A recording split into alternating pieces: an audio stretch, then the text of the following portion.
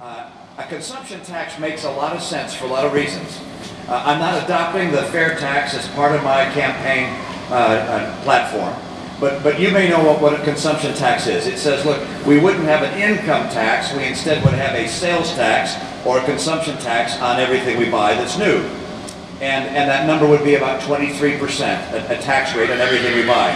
And that levels the playing field in some respects. It's a lot simpler to enforce than an income tax system, and so it has those attractive features. Another attractive feature is it helps exports. It makes us more competitive as we sell goods around the world. So I like those features. The vision of it that we see so far is one called the fair tax. And the challenge that I have with the fair tax is that by virtue of the calculations done, it lowers the taxes a lot for the very highest income people and for people at the very lowest end of the economic system, but it raises the taxes for people in the middle. And my intent is to lower taxes on the people in the middle, all right? So I'm trying to find a way to get taxes down for the people that have been hurt most by the Obama economy. So what I propose immediately to do when I come into office is, number one, allow middle-income Americans to save their money for anything they want tax-free. So no tax on interest, dividends, or capital gains for middle Americans.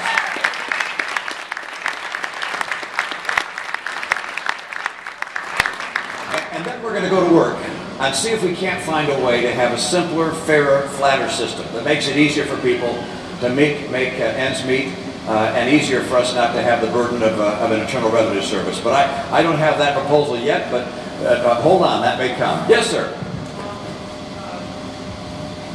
Hello, Governor. Thank you for coming. I'm from Wisconsin, and as you know, the great Congressman Paul Ryan is from Wisconsin. He proposed changing the way Medicare works. I'm 26 years old. I know it's going to have to change sometime in the future. And one of the candidates in the race has criticized him for that. Then he said he did not criticize it for it, and then he apologized for doing what he said he didn't do. If you were president today, would you sign that proposal by Paul Ryan? Actually, I spent a good deal of time with Congressman Ryan. When his plan came out, I applauded it as a very important step. I said my plan would be a little different, or would be different in some respects, but that we were on the same page. This is a place where Speaker Gingrich and I disagree. He called this right-wing social engineering. I believe it's a very important step to protect Medicare and to protect Social Security. We're going to have to make changes like the ones Paul Ryan proposed. My plan is pretty straightforward. First principle, for people who've already retired or who are near retirement, nothing changes. Keep the current system in place. Don't want to have people that are in their 70s having to think about a new program of some kind. So for those folks, we keep things the same. For you and for Josh, I changed the program. And what I do is this: I'd say that when you retire, you're going to get a premium support, or it's almost like a voucher where you're going to get money that you could use to either buy standard Medicare, or you can buy a private plan with that premium support. And by the way, if you're low income, you're going to get more than if you're very high income. Because high income folks can afford to buy some insurance on their own and can afford their own way. People of lower income will need more help. So my plan says more for lower income people, less for higher income people, and you get a premium support amount that you can use to buy whatever plan you want. Standard Medicare or a private plan. It's pretty similar to Paul Ryan's. What I added that he did not in his first proposal was the option of purchasing, if you wanted to, standard Medicare. That sounds kind of complicated for some of you here, but I want you to know that the advantage of all this is it allows us to keep Medicare solvent and making sure it can do for you and your generation and Josh's generation what it's done for many of the people in this room, which is to never have to worry about being able to get health care that's a quality health care product as you're a senior citizen. And I want to make sure that happens. At the same time, I don't want to raise taxes on you to such an extent that you can't save for your future and live the life you'd like to live. So that's how I've balanced that, and I applaud what Paul Ryan did. And even though you're from Wisconsin, I appreciate you being here today and asking the question. Thank you. Yes, ma'am. I don't mind telling people that I'm 37 years old. And my husband husband and I are responsible homeowners, and we pay our mortgage, and we are saving for retirement privately. I personally do not believe that Social Security is going to be there for me if government keeps doing what it's doing today. As president, how would you help us middle generation of people be able to believe that Social Security is going to be there for us and for our parents? Well, the good news on that is a bit like what we just mentioned with regards to Medicare, which is Social Security of the two, Medicare and Social Security, is the easiest to make permanently solvent. And there are ways of doing that. There are three arithmetic ways. The first way is to raise your taxes a lot. I don't like that way, because I know that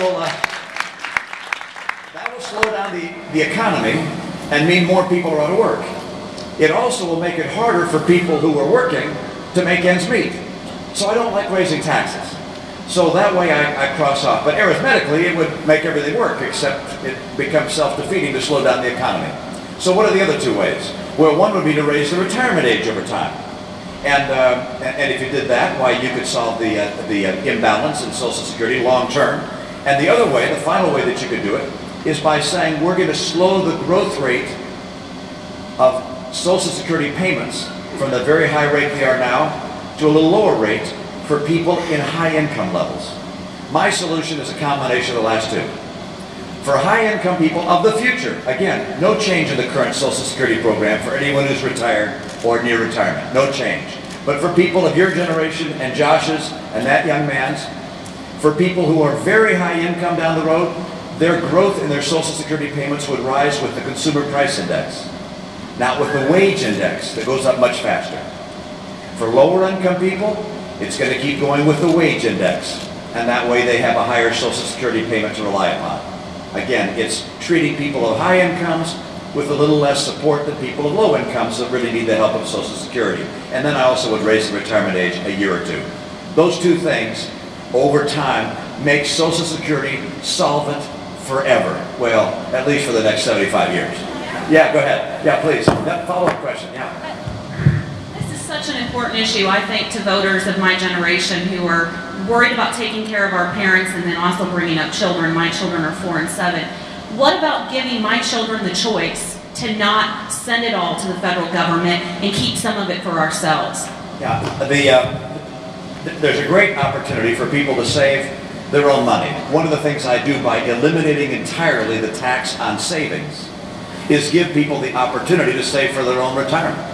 And so I'm all in favor of saying, look, let people keep their money and grow their savings. You're going to see that happen. With my plan, which is zero tax on interest, dividends, and capital gains, people are able to put money into savings and plan for their own retirement. That's my view is the right way to go. Thank you. Thank you. Yes, ma'am.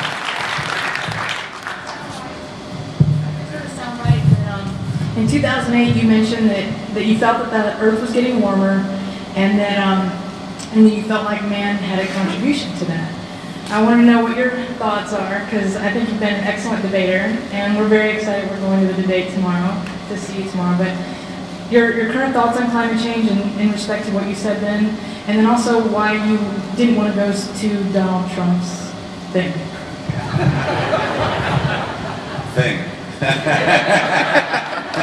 I would say the same thing about the environment that I had before. I begin by saying I'm not a scientist, so I don't know the answer to these things, but I think the Earth is getting warmer. Maybe wrong. I think we probably contribute something to it, but I don't know if we contribute a little or a lot. And therefore, when I come to the policies I put in place, I do not support cap and trade policies, which raise the cost of energy.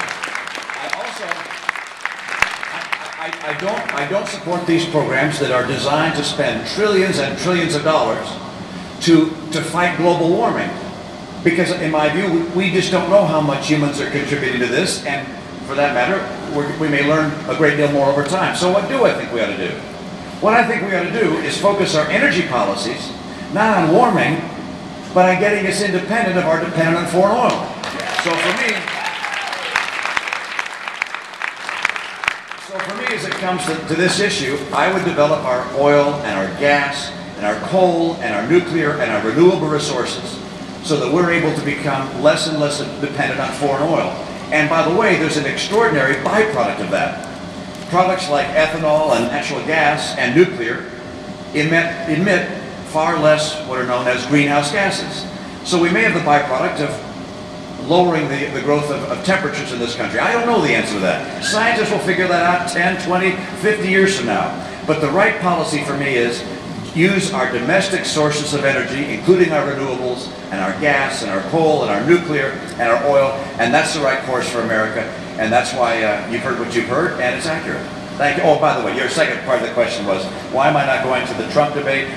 We'd already agreed to 2 debates in Iowa, one tomorrow night and one 5 days later, and the rest of the month we're campaigning. So, by the way, we've been asked to, I think, maybe 10 debates that we're not going to be going to in December. We've already planned for a couple in the first part of January. We'll do more probably after that. So it's just a matter of how many debates you're going to do. I know the time is going to come when you guys call up your local radio station or TV station and say, please return to the regularly scheduled programming. There are just way too many debates. Yes, sir. What do you think can realistically be achieved in education reform? As a student and someone who has educators in their family, I kind of have a stake in that, and I don't really think it's gotten the attention it deserves. Yeah, I think you're absolutely right. This is a real challenge, education is. And as someone who believes very firmly in states' rights and states' responsibilities, I like keeping education at the state and local level. I don't want the federal government to put its heavy hand into education. On the other hand, I support what President Bush did of insisting that we stand up against the federal teachers' unions. The federal unions are so powerful that they didn't want states to start testing their kids to see which kids were succeeding and failing and which schools were succeeding and failing. And so the president pushed this idea of testing so we could see what the success and failure was. I supported that. I believe that there is a role in the federal government to push back against the federal teachers' unions and to instead allow localities and states to take leadership of schools, to run the schools on behalf of the kids, not on behalf of the teachers' union. So that's a starter. Now, what are some other things I believe about education? And I won't tell you the whole story here. It's in my book, actually. But when I was governor, there was all sorts of discussion about the need for smaller classroom size. We looked at that. Didn't make a difference. There was a lot of discussion about spending more money per pupil. We looked at that. Didn't make much of a difference either. What made all the difference in the world was the capability and experience of the teacher. Great teachers allow kids to have a great education. And what we have to do in our efforts to improve education is to encourage a system that draws the best and brightest into teaching.